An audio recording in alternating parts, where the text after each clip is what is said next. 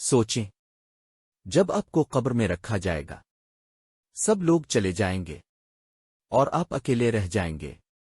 اندھیرا، خاموشی، اور پھر اچانک کچھ ایسا ہوگا جسے سن کر دل کانپ اٹھے گا۔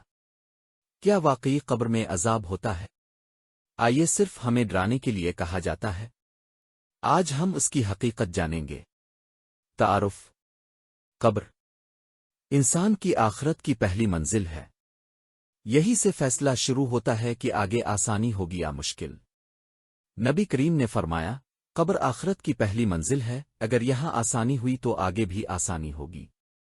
قبر کا پہلا لمحہ، جب انسان کو دفن کیا جاتا ہے اور سب لوگ واپس چلے جاتے ہیں، تو حدیث میں آتا ہے کہ میت ان کے قدموں کی آواز سنتی ہے۔ سوچیں، آپ سنتے ہیں لیکن جواب نہیں دے سکتے۔ فرشتوں کا آنا، پھر دو فرشتے آتے ہیں جنہیں منکر اور نکیر کہا جاتا ہے۔ وہ آپ سے 3 سوال پوچھتے ہیں: تمہارا رب کون ہے؟ تمہارا دین کیا ہے؟ تمہارے نبی کون ہے؟ فیصلہ کن لمحہ۔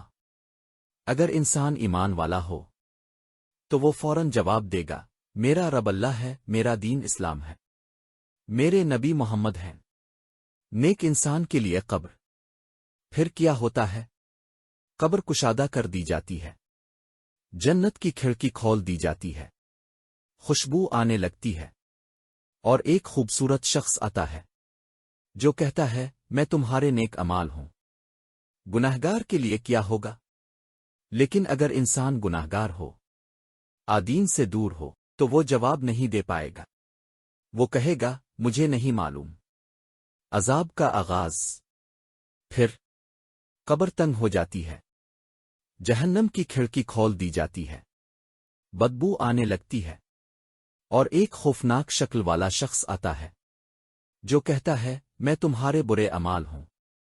شدید عذاب، حدیث میں آتا ہے کہ اسے لوہے کے ہتھوڑوں سے مارا جاتا ہے اور وہ چیخ مارتا ہے جسے انسان اور جن کے علاوہ سب سنتے ہیں۔ حقیقت کیا ہے؟ اب سوال یہ ہے، کیا یہ سب واقعی ہوتا ہے؟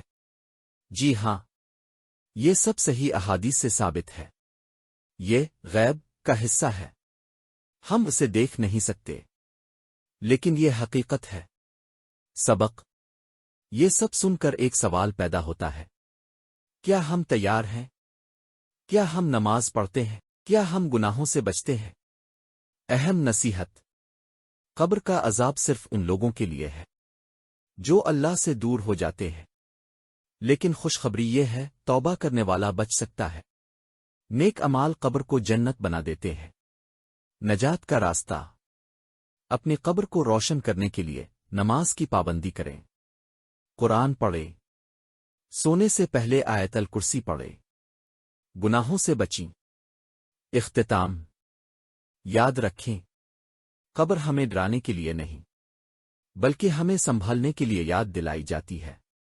آج ہی اپنی زندگی بدل لیں، کل شاید دیر ہو جائے۔